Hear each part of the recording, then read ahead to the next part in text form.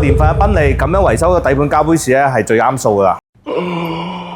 好多人咧都以為咧賓利係奧迪收購嘅，咁咧其實咧佢係大眾旗下嘅收購系列嚟嘅賓利。咁咧所以咧佢好多底盤嘅膠杯士咧都係用大眾嘅配件可以裝上去，係通用嘅。呢件咧都係冇原裝賓利咁舒適啦，因為原裝賓利咧佢膠杯士特登做咗調校咗咧係好舒服、好舒適嘅。因為舒適，所以咧都容易爛啊，比其他 BBA 快爛好多啊。通常就兩萬到3萬公里就爛啦。咁好似呢個擺臂咁啦，如果檢查過冇變形、球頭冇鬆咧，基本上都可以用膠杯士嘅。因為我哋都了解過車主呢套擺臂其實換咗冇幾耐啫，換咗冇超過2年啦。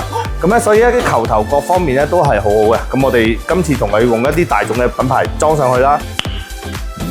如果你真係舒適咧，一定要訂翻原裝賓利啦，因為其實賓利嘅配件圖上面咧都有得可以單埋啲膠杯士嘅，唔係話未必一定要成支賣嘅啊。咁但係我啊建議大家呢啲咁嘅車咁嘅年份都係睇餸食飯啦。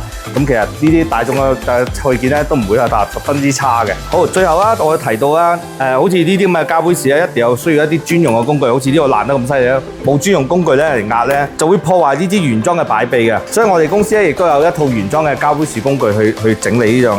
這個就叫專業。始終呢啲車有啲年份啦，咁咧如果你話唔係就住整啊，真係個維修費係非常之貴㗎啦。